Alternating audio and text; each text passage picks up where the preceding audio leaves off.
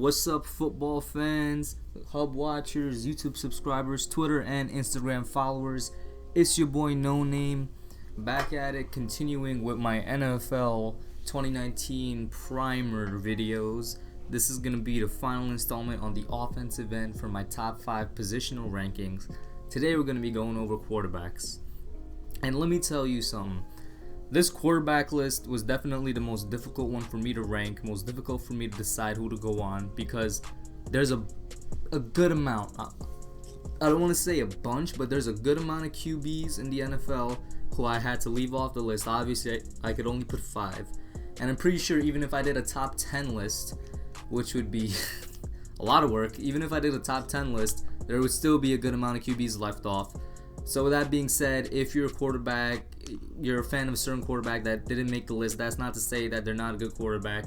We're at a time right now in the NFL where it's almost oversaturation. Like we're hitting a limit where there's like 15 to 17 teams with viable starting QBs. There's 15 to 17 really good quarterbacks in the NFL right now, but there's only a couple of them that like I constitute in that elite level for this like top 5, top 10 type of conversation. Like we have a lot of good QBs running around in the NFL right now. So just to get the honorable mentions out the way, a couple that come to mind immediately that I didn't put on the list: Carson Wentz, Deshaun Watson, the big 3 out of the 2004 NFL draft. Those are the ones that come to mind immediately. But yeah, I mean, if there's anybody else that I left off that I didn't list, I mean, like I said, it's no disrespect to them. We're just at a time right now where there's a lot of good quarterbacks. So with that being said, let me hop right into it. So then out here at number 5, I have Andrew Luck, comeback player of the year, the 2018 season. Andrew Luck of the Indianapolis Colts. Now this is a guy last year that came back from a pretty bad injury. A lot of people thought that he was never going to be the same again.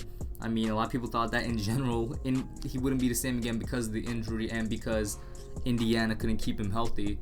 So first things first, props to the general manager of the Indianapolis Colts. He took this team both on the offensive and defensive end, put their offensive and defensive lines from being a couple of the worst in the league to some of the best in the league. So shouts out to the Indiana GM. He really did his best with protecting Andrew Luck this season, and it helped him have a great comeback season.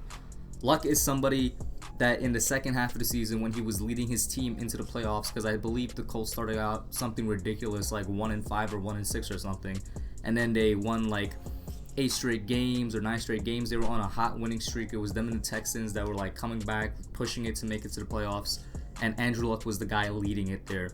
He was there just throwing strikes, throwing dynamic passes, making touchdown runs, all this stuff, leading the Colts into the playoffs. And he really looked in the second half of the season, truly, in my opinion, one of the best, if not the best quarterbacks for the last 8 games or so. His stats real quick for the 2018 season were 4,593 yards, 39 touchdowns, 15 interceptions on a 67.3 completion percentage rate.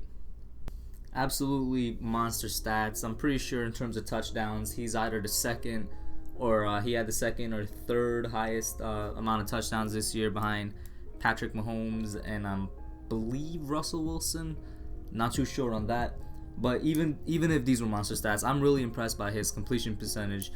This is what Andrew Luck does. What surprised us is how he came back from his injury. He took a year off. You know, the Colts allowed him to get that year off because he needed to recover. There was really a lot of doubt. People forget how much doubt there was as to whether Andrew Luck was going to come back and be the player that he was, the player that beat Peyton Manning in the playoffs, the player that took this Colts team to the AFC Championship a couple years back. You know, the player that really proved that he's a leader and proved that the suck for luck thing that Indiana did was worth it. And then now, with the team doing what they did in the second half of the season, the offense and the defense getting it together, that chemistry developed and whatnot, going into next season, the Colts are going to be a serious contender, and one of the biggest reasons, if not the biggest reasons, is because of their leader, their quarterback, Andrew Luck, look out for him next season. He'd probably skyrocket on this list.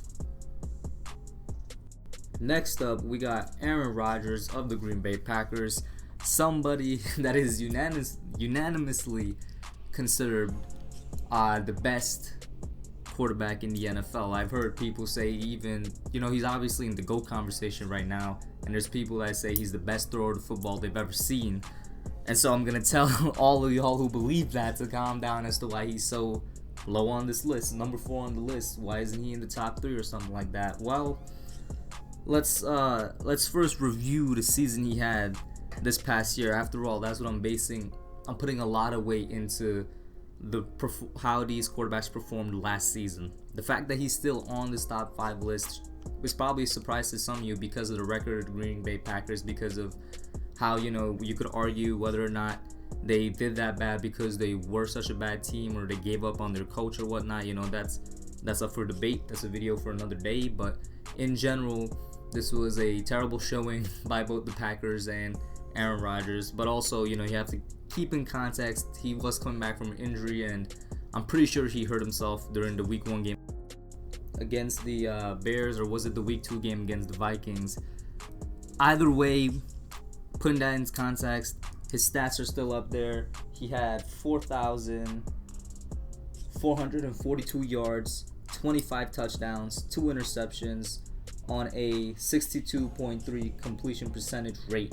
So he was still out here doing Aaron Rodgers things. There was a couple of really good games where, he displayed the clutchness that's in his body. I mean, I believe he's probably the most clutch quarterback in the game. If I'm on a team and I'm down in the fourth quarter, there's nobody I'd rather have than Aaron Rodgers. He's known for just making magic happen through his legs and his arms. I mean, he's also probably one of the best, if second to anybody, I'd say at this point, Patrick Mahomes, but even then it's up for debate in terms of throwing on the run, making stuff happen, extending plays. He's probably the best at it in NFL history, and that's why he's up there for some people as one of the greatest of all time. But like I said, because of the past season that he had, I can't put him in the top 3. There's just certainly quarterbacks that had better seasons and that helped uplifted their teams past the struggles that they encountered and whatnot.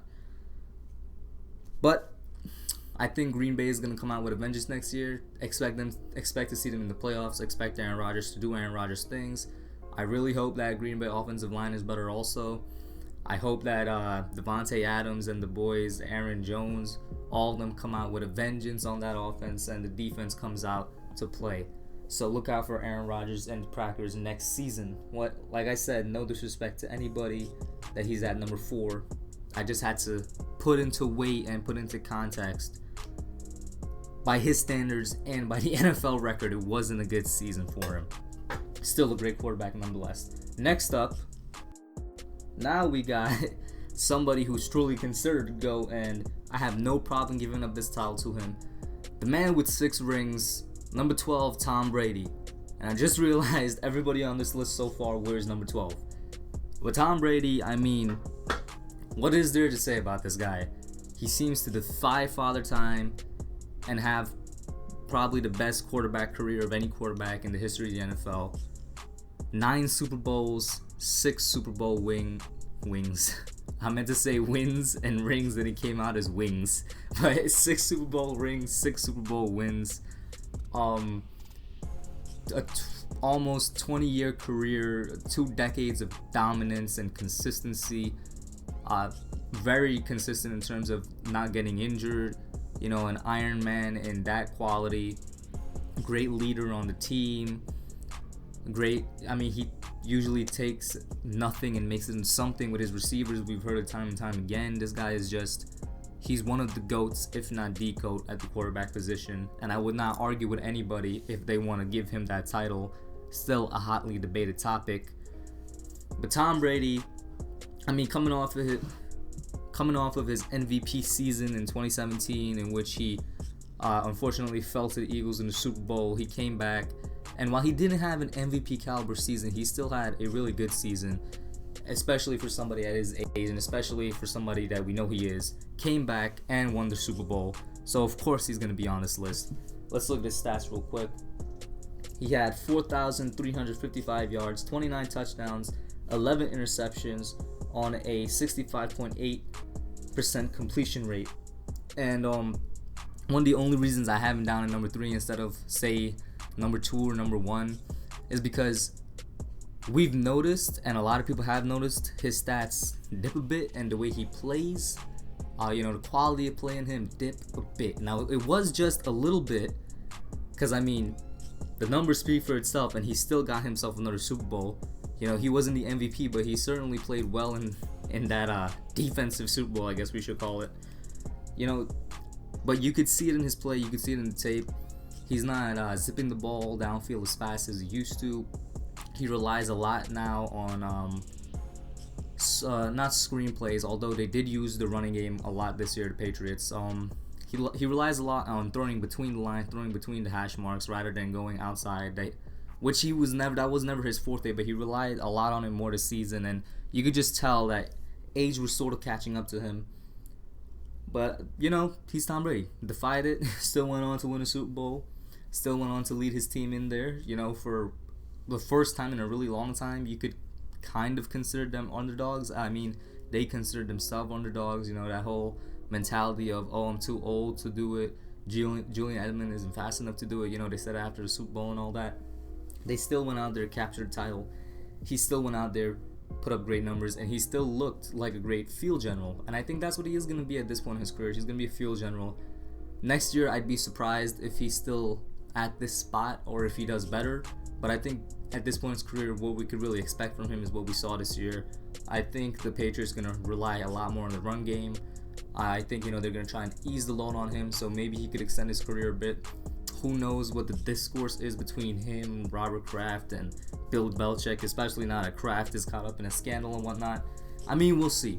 They're definitely still a playoff team.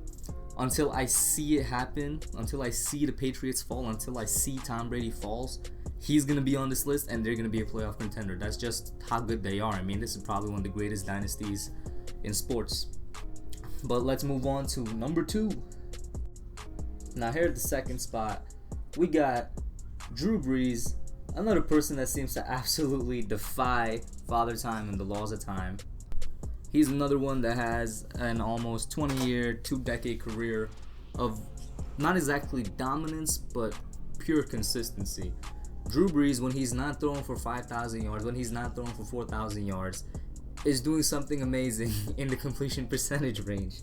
I mean, this guy was an absolute monster everywhere else but, his yard stats. But he had 3,992 yards, 32 touchdowns, 5 interceptions on an amazing, the best in the NFL, 74.4% completion rate. Brees, and I mean, this is like for the past 5 or 6 years or so. I mean, you could argue every year since his Super Bowl win back in 2009, this is what he's been doing. Up until a couple years ago, the Saints finally surrounded him with some good talent on both the offense and defense, and he's been doing his best to lead them into the playoffs and lead them as far as they can go. There was the unfortunate Minnesota Miracle in 2017 that ended their playoff run right there, and then last year, the incredibly controversial helmet hit in the game against the Los Angeles Rams in the NFC Conference Finals, which, I mean, even you could argue even if they got that call, they probably could have lost. Just in general, the Saints have some bad luck, and none of it is Drew Brees' fault. Like I said, defies Father Time. Every single year, he's up in the debate for an MVP trophy. Every single year, he's up in the debate of actually being one of the best quarterbacks of our generation. He definitely is. He's always in the debate and scratching the surface of, is he one of the best of all time? I think he's definitely a top 15, top 10 best quarterback of all time. Drew Brees is just one of those guys that learned how to extend his physical capabilities and then max out the potential of it every year, year in, year out. One of the best examples is when everybody thought he lost his best offensive weapon in Brandon Cooks in 2017, he took a guy named Michael Thomas and used his talents and Thomas's talents to turn him into one of the best receivers in the NFL. He finds a way, like just by throwing that football with pinpoint accuracy, to carry his team as far as he can. That's why I had Drew Brees at number 2.